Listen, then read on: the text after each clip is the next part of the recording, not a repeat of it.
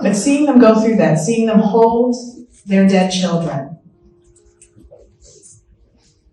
look into their faces, call them beautiful, kiss them all over, tell them that they love them. And then thank God. That's what got me to pick up the Quran. Because I couldn't understand. My own relationship with God has been very tumultuous over the years. And I have questioned his existence for far less.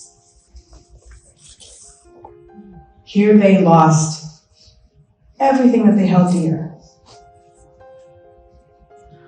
And not only did I see women, thank God,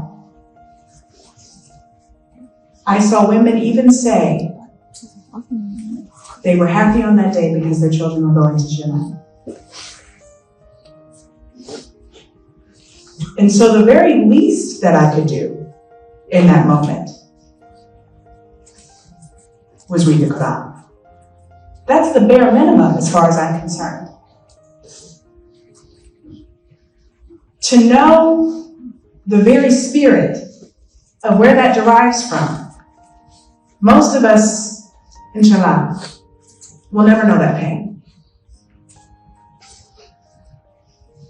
And to see them, to see the women of Gaza face the most tremendous pain possible. Anyone here, if anyone were to ask you, what's the worst thing that could possibly happen to you? The mothers in here would say, losing my children. Without a shadow of a doubt.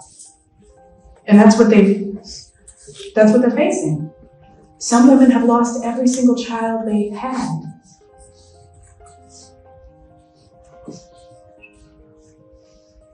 And still prostrate before God. Still are steadfast in their faith. How can I not be moved? Honestly, how can I not be moved? How can I not see Islam as truth after that? If the women in Gaza have lost not only everything, but some are facing the possibility of never regaining it back. If those of you know the young woman, she's in her early 20s, the Sun. She was a content creator. Some people mistakenly think that she's always been a journalist. No. She was a content creator just like the young girls in everywhere. And she and a few other young women right now are the only reason why we even know what's going on in Gaza. And she has started beginning her videos of, this is the sun, I'm still alive, I still don't know whether that is fortunate or unfortunate.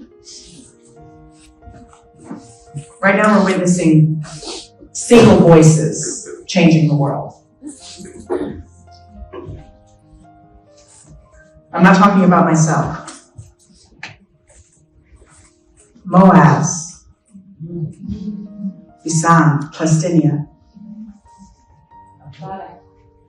Yes. They're single people, not just single people, single young people in their early 20s that just a month ago was doing what the rest of us were doing.